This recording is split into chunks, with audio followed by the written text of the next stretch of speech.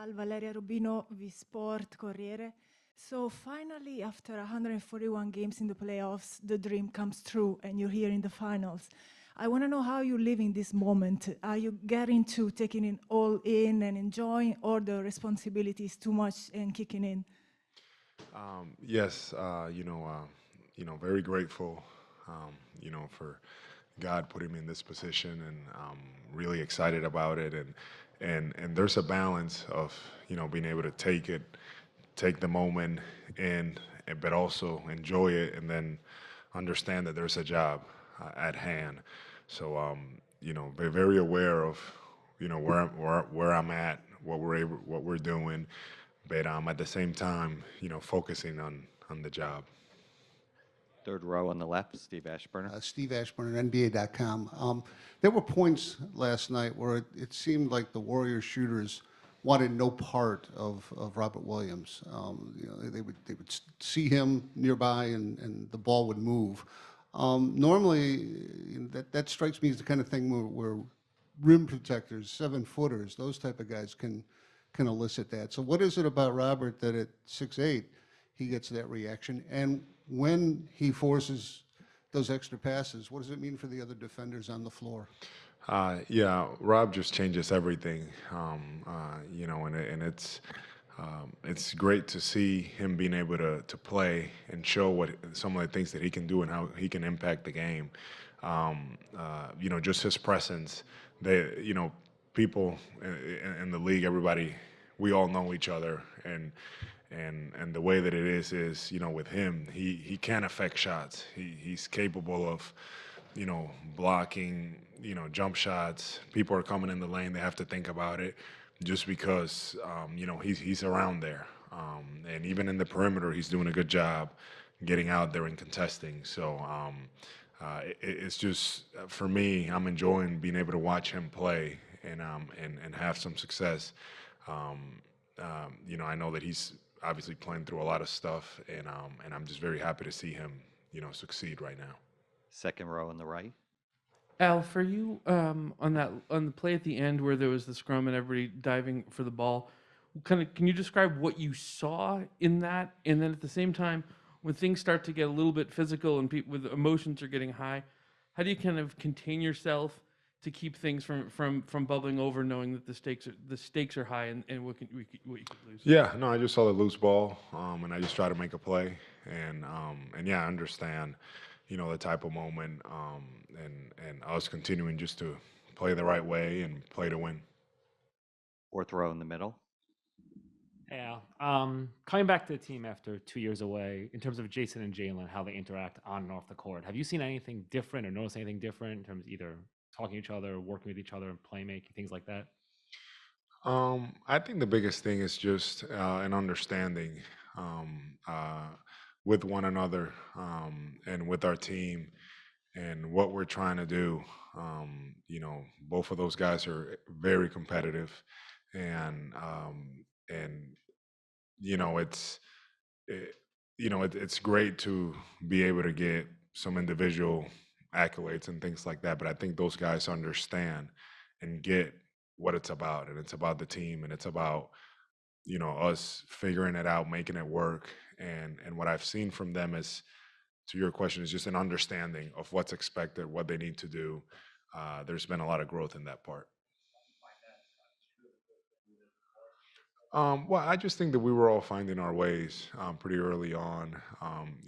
They were both trying to figure it out in this league, how to play, how to be, and they were still, good, but they were still young. They didn't. I don't feel like they, they fully didn't understand everything, and I feel like this year it has come together for us. Fourth row on the right. Yeah, Dan Devine, The Ringer. Ime had talked about after game two, the struggles offensively. A lot of it was about spacing and the difficulty of finding a way to sort of unclench the offense. Obviously, a much better effort with that last night. Wondering what goes into kind of figuring out how to unclench that between games, and what did you see that was successful in that regard last night? Yeah, I was encouraged by our guys being able to stay poised, and we all were able to get to our spots that we needed to, and time and time again, Marcus, Jalen, Jason, we're making plays and put in positions to make plays, um, uh, and we feel like that's what gives us the best chance. When we're organized and we're playing how coach wants us to play. First row on the right. If you can indulge me in a question in Spanish. Saludos al Gerardo López de Cultura Sports. Tus compañeros te describen, todos son consistentes en que tú tienes un alto nivel de profesionalismo, preparación y disciplina. Esas características, eso alguien te lo enseñó, y para la juventud latina, ¿qué les aconsejarías para mantener esos hábitos, no solamente en el deporte, sino en el diario vivir? Sí, bueno, yo desde pequeño fui muy afortunado de tener bueno, empezando con mi mamá, que es una persona que siempre me inculcó la disciplina, y después de eso, afortunado que mi papá jugaba baloncesto profesional y en Dominicana, yo podía en los veranos estar con él alrededor del equipo y ver a los jugadores, ver esa disciplina, ver cómo practicaban y todas esas cosas. Y eso empezó a ser ejemplo para mí. Y mientras he ido creciendo y madurando a través de los años, muchos entrenadores, muchas personas han sido clave para mí en parte de mi desarrollo, en esa parte del profesionalismo, de ser ejemplo. Y el consejo para mí, para los jóvenes más que nada, es que uno puede tener talento, pero hay que trabajarlo y hay que ser una persona respetuosa, hay que ser trabajador, hay que entregarse al juego, y estar muy enfocado en las cosas que uno tiene que estar enfocado. El baloncesto, hay muchas otras cosas, muchos distractores, pero la realidad es enfocarse en mejorar, en continuar preparándose. Es algo que tiene que ser un estilo de vida. Así es que yo lo describo, tiene que ser tu estilo de vida, eso es lo que tú eres y desarrollarlo. Y mientras más jóvenes los muchachos puedan hacer eso, yo siento que eso les va a ayudar mucho más. We're going to take two more questions. Fifth row in the middle. Hi, Tara Sullivan from the Boston Globe. I've enjoyed when you talk about your family and how much they've enjoyed this journey to your first NBA Finals. I wanted to ask just specifically about your brother, John, and his aspirations now in his career, just kind of what you think of that. And I know he said he's coming to this game, just what you think of what his aspirations are in politics.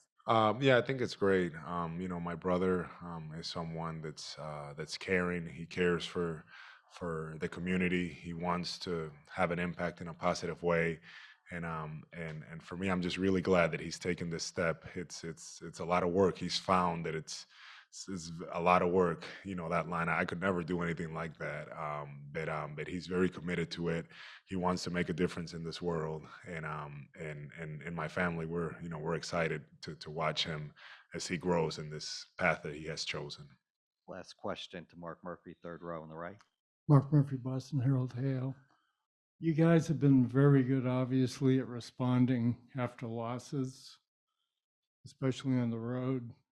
Right now, at home, you have a chance in really building advantage. That's a situation you guys haven't always responded well to. What do you have to do to get over that kind of a hump? Yeah, that's a fair question.